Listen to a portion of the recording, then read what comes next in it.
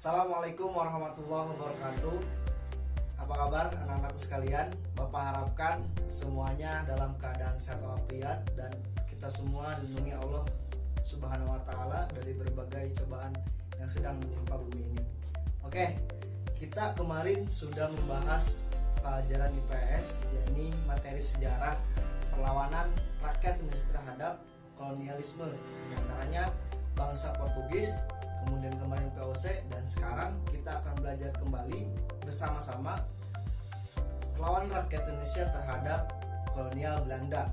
Ya, jadi VOC sama Belanda ini sebenarnya sama, tapi VOC ini adalah bentuk kongsi dagang di mana orang-orang Belanda waktu itu belum menasionalisasikan daerah jajahan Indonesia ini.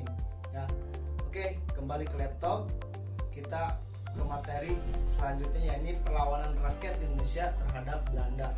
Oke.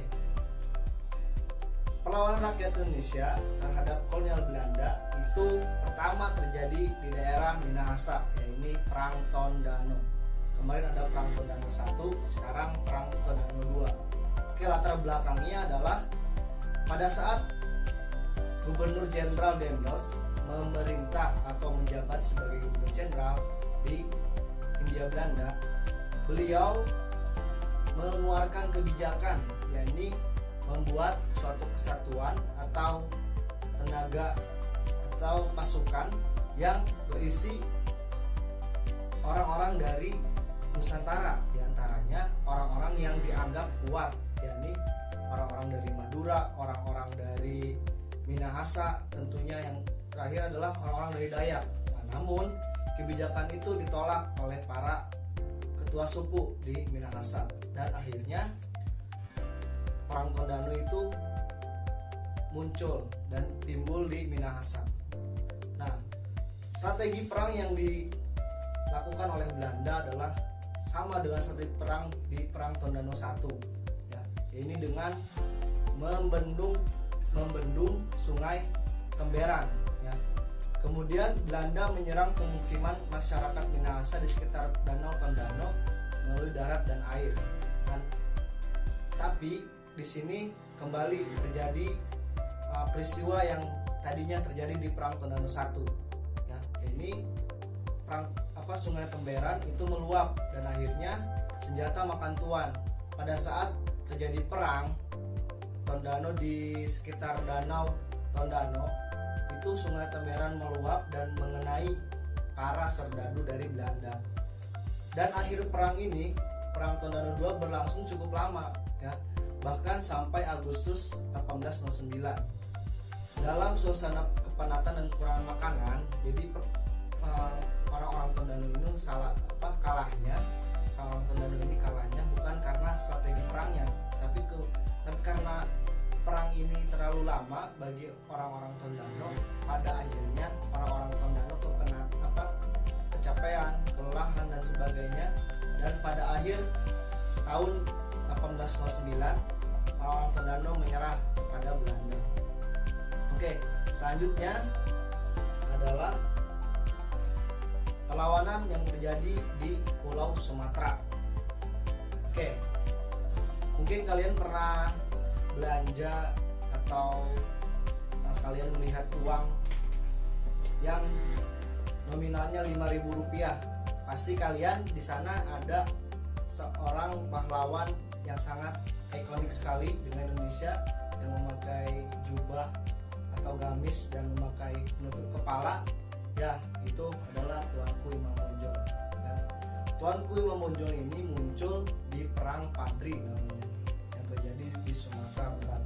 Latar belakangnya adalah, jadi setiap perang, setiap perlawanan itu ada latar belakang, ada proses terjadinya perang, dan yang terakhir adalah akhir dari perang itu sendiri, akhir dari perlawanan. Nah, latar belakang dari Minangkabau ini atau Perang Padri ini adalah adanya ketidaksepahaman antara kaum adat dan kaum Padri.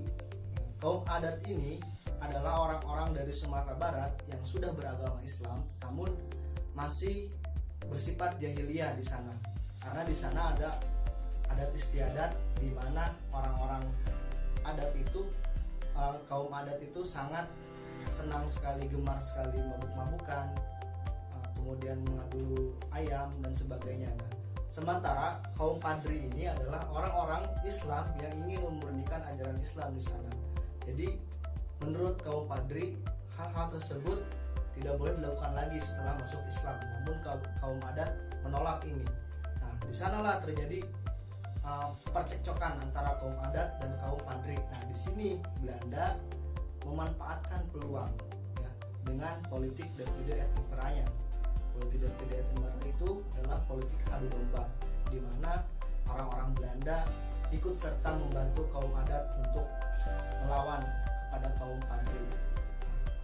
Setelah latar belakang itu terjadi, pada akhirnya perang Padri terlaksana lah, atau perang Padri ini muncul dan dimulailah perang Padri. Tahun 1821 kaum Padri menyerang pos-pos Belanda yang dengan dipimpin oleh Tuanku Pasaman dan Tuanku Nan Rance. Nah, di sini adalah awal dari perjalanan perang Padri itu sendiri. Nah, lanjut lagi setelah 1821-1825, perang Padri tidak berkesudahan di tahun itu. Tahun 1825 sampai 1837, 1825 Belanda melakukan perjanjian gencatan senjata sementara dengan Padri ya. Jadi Belanda ini sangat pintar sekali mengajukan gencatan senjata, namun ini hanyalah siasat ya. 1830 kaum adat dan Padri bersatu menyerang Belanda. Nah, di sini pada akhirnya kaum adat itu menyadari bahwa mereka diadu domba dan harusnya yang diperangi adalah sebenarnya adalah Belanda, musuh sebenarnya. Kemudian 1837 Belanda berhasil merebut benteng Bonjol dan Imam Bonjol yang akan melarikan diri. Lanjut, nah akhir perang ini adalah 1837 Tuanku Imam Bonjol tertangkap karena adanya tipu muslihat tadi yang harusnya gencatan senjata, tapi orang-orang Belanda ini malah menyerang. Karena sebenarnya dalam ilmu perang pada saat gencatan senjata tidak boleh ada saling menyerang atau saling kontak senjata. Kalau ada yang satu menyerang berarti yang satu itu harus merasa kalah atau mereka harus merasa kalau diserang lagi oleh lawannya harus merasa menyerah ya. Harus kalah, merasa kalah dan tidak boleh menyerang lagi. Sebenarnya seperti itu, tapi karena Belanda ini licik ya seperti itulah. Kemudian lanjut, akhirnya Imam Bonjol ini dihukum dengan hukuman pengasingan ya. Kemudian juga Imam Bonjol ini diasingkan. Kalau tidak salah ada dua pengasingan Imam Bonjol ini, yang pertama di Cianjur, kemudian di Sumedang. Ada dua tempat pengasingan bagi Imam Bonjol. Nah, waktu itu kita belum bersatu, jadi orang-orang Sumatera Utara atau Sumatera Barat yang beda bahasanya dengan orang-orang Jawa, termasuk Jawa Barat yang notabene bahasa Sunda, itu adalah penyiksaan sendiri bagi orang-orang yang baru datang ke sana.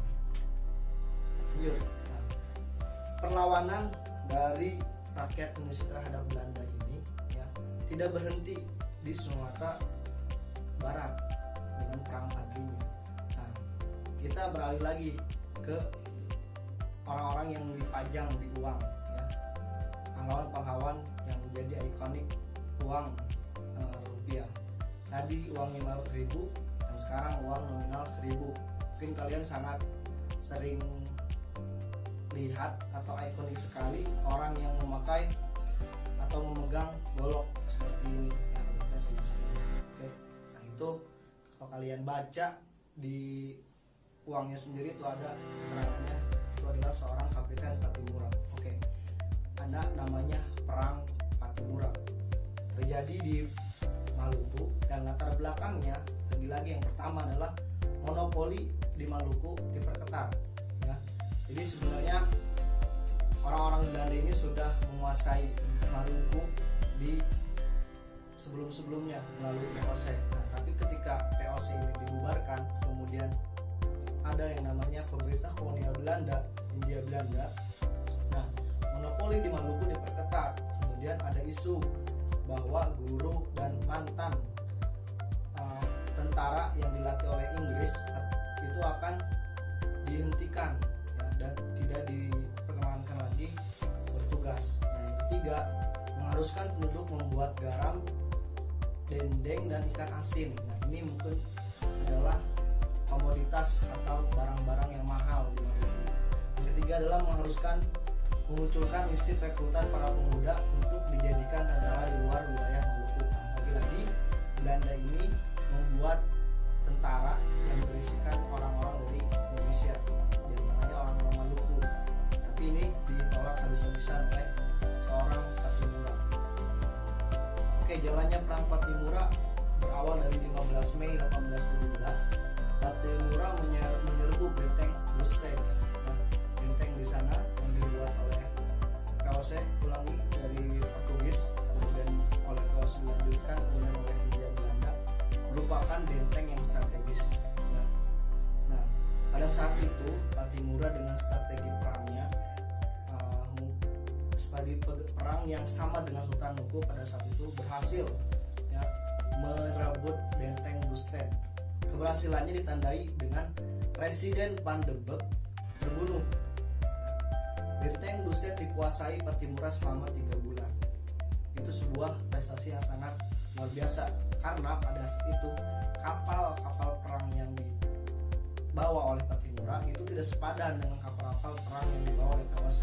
Ya, kalau VOC sudah ada meriamnya, sudah ada pelurunya, untuk Pattimura kapal-kapalnya belum seperti kapal-kapal dari VOC atau Belanda. Ya, karena ini masih peninggalan VOC waktu itu. Kemudian lanjut, setelah 3 bulan menguasai benteng Lustig, akhirnya Belanda merasa terdesak dan berusaha merebut kembali benteng yang sangat strategi itu. Nah, kemudian pada Agustus Belanda melakukan operasi besar-besaran. Belanda berhasil merebut kembali benteng Lustig dan Pattimura beserta pasukannya itu melarikan diri dan melakukan perang secara bergerilya. Pattimura ini orang yang sangat pantang menyerah, dia tidak mau kalah, dia mau menyerahkan dirinya sia-sia. Akhirnya Belanda ini pernah kewalahan. Pada Oktober 1817 Pattimura DKK tertangkap. Akhirnya 18 Desember 1817 Pattimura diadili dengan hukuman gantung di Ambon dan juga beserta dengan seorang perempuan yang bernama Tia Hahu. Nah, itu merupakan teman dari istri dari teman Pattimura. Asik. Mudah-mudahan kita selalu disehatkan. Jangan lupa isi tugasnya setelah ini, tugasnya isi